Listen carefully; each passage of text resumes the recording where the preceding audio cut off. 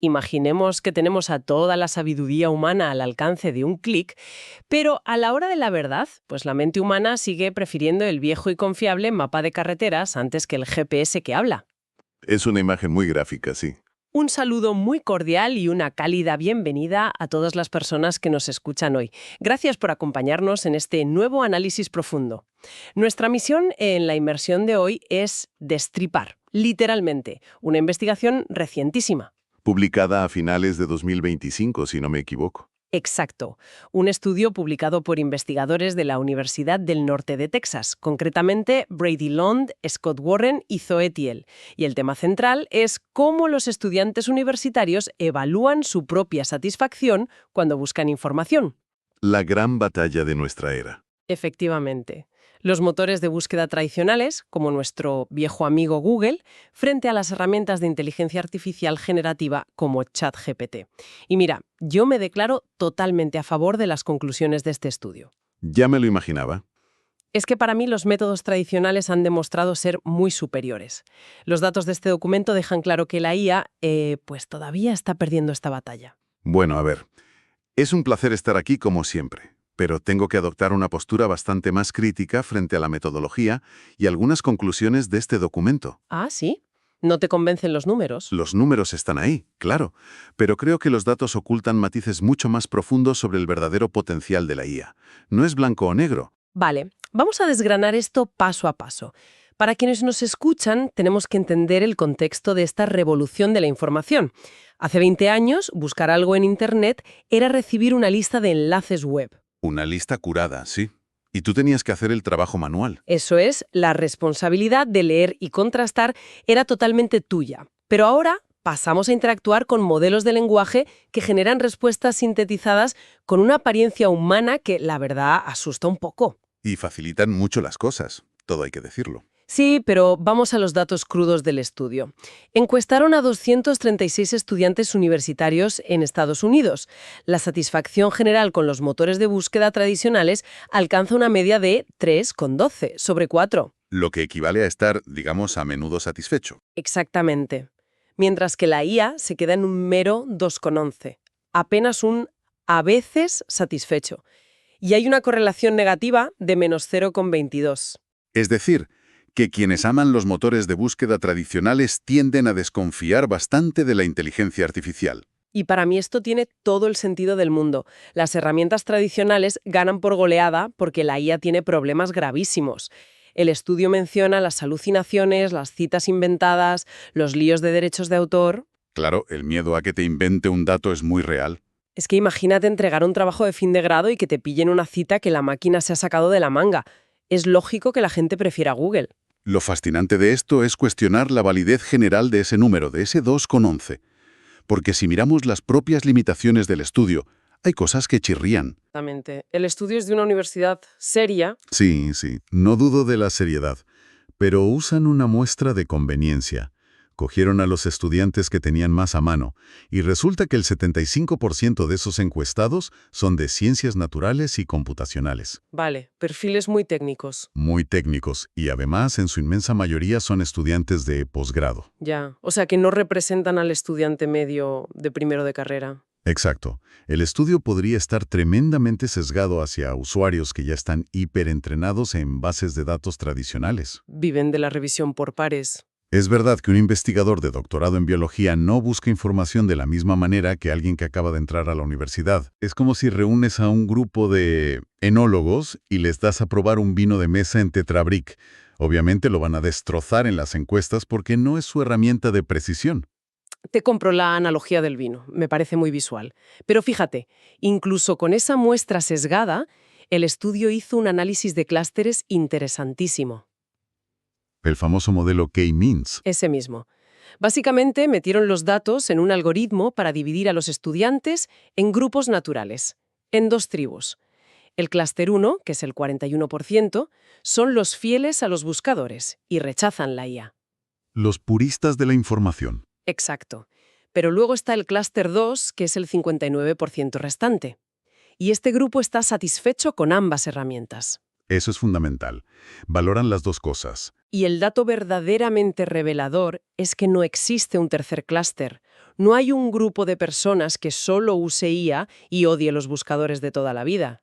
Lo cual desmonta un poco ese pánico moral de que la IA va a sustituir a las bibliotecas. Totalmente. Para mí esto demuestra que la gente usa la IA para tonterías o para resúmenes rápidos, un brainstorming, quitarse el bloqueo del escritor. Pero cuando la cosa se pone seria, vuelven a los buscadores. Es un triunfo del rigor. Ya, pero yo creo que ver esto simplemente como un triunfo del rigor es quedarse en la superficie. La visión del estudio sobre la palabra satisfacción es demasiado plana. ¿Plana en qué sentido?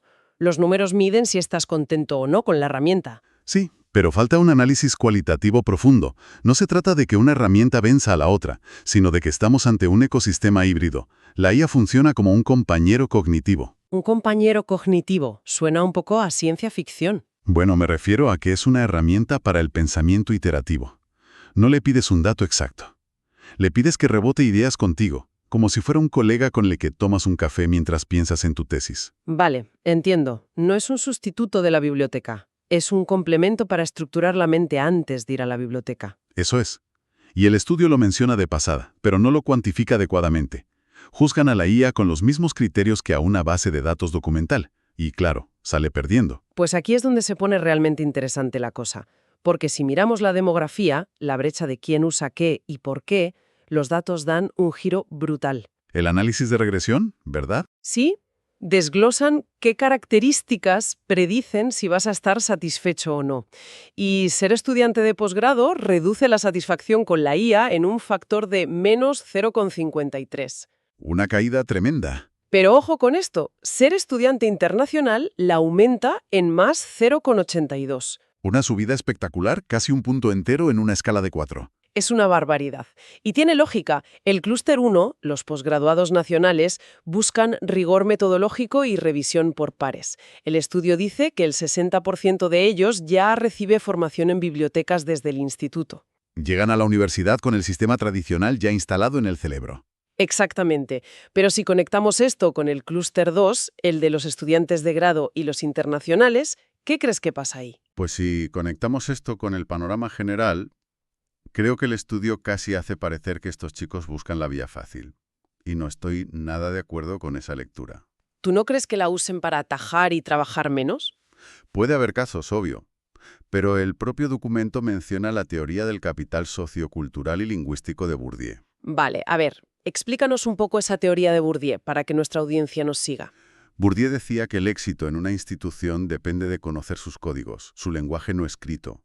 Para un estudiante internacional, redactar un ensayo académico en una segunda lengua es una barrera gigantesca. Claro, la carga cognitiva de pensar la idea y además traducirla al lenguaje académico formal es agotadora. Exacto. Entonces, la IA actúa como un puente cultural y lingüístico vital. Les ayuda con los modismos, ajusta la estructura y reduce esa carga cognitiva. O sea que no les hace el trabajo, sino que democratiza el acceso al discurso académico. Les iguala el terreno de juego con los estudiantes locales. Efectivamente. Les da una voz. Por eso su satisfacción se dispara en ese 0,82. No es pereza, es pura supervivencia y adaptación. Es una forma muy optimista de verlo. Me gusta. Aunque hay otro factor que menciona el estudio. Un bucle de retroalimentación de la frecuencia. Cuanto más la usas, más te gusta. Tal cual. Por cada vez que se usa la IA al mes, la satisfacción sube más 0,04. Hay una correlación muy fuerte, de 0,58. Y fíjate que el estudio etiqueta esto simplemente como frecuencia de uso, como si fuera solo cuestión de hacer clic muchas veces. Bueno, la repetición crea hábito, ¿no? Sí, pero yo critico esa etiqueta. No es solo frecuencia, es alfabetización en IA, lo que en inglés llaman AI literacy.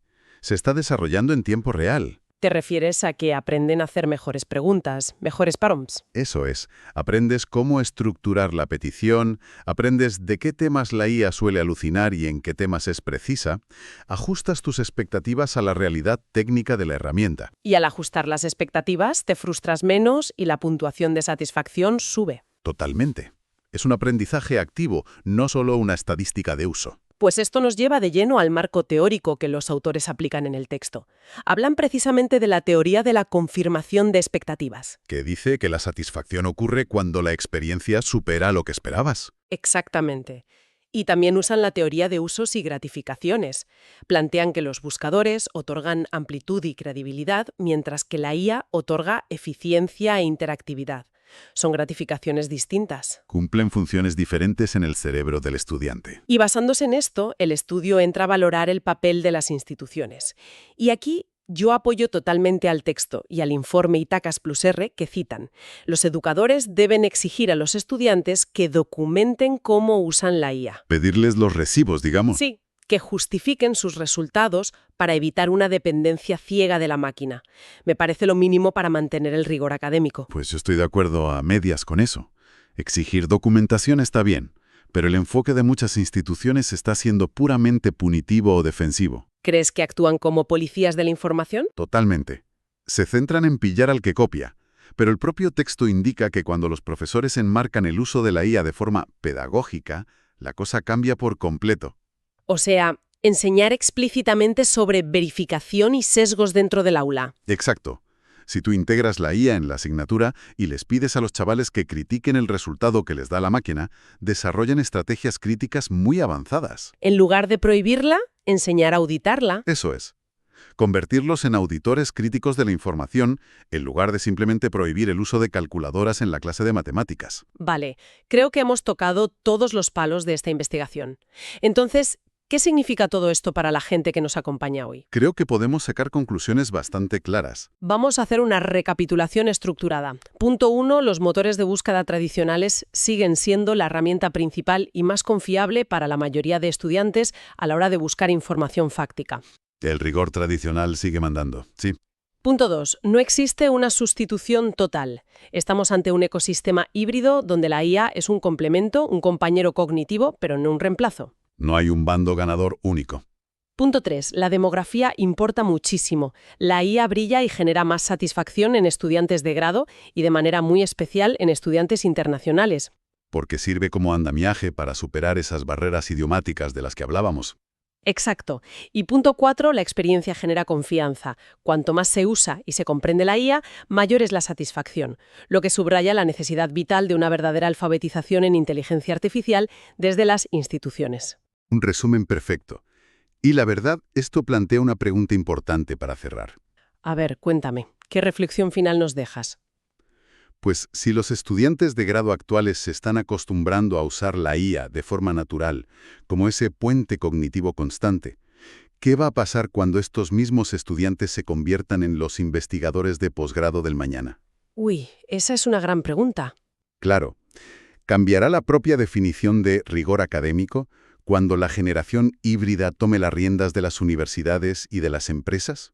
Es una posibilidad muy real que lo que hoy consideramos un atajo, mañana sea simplemente el estándar metodológico básico.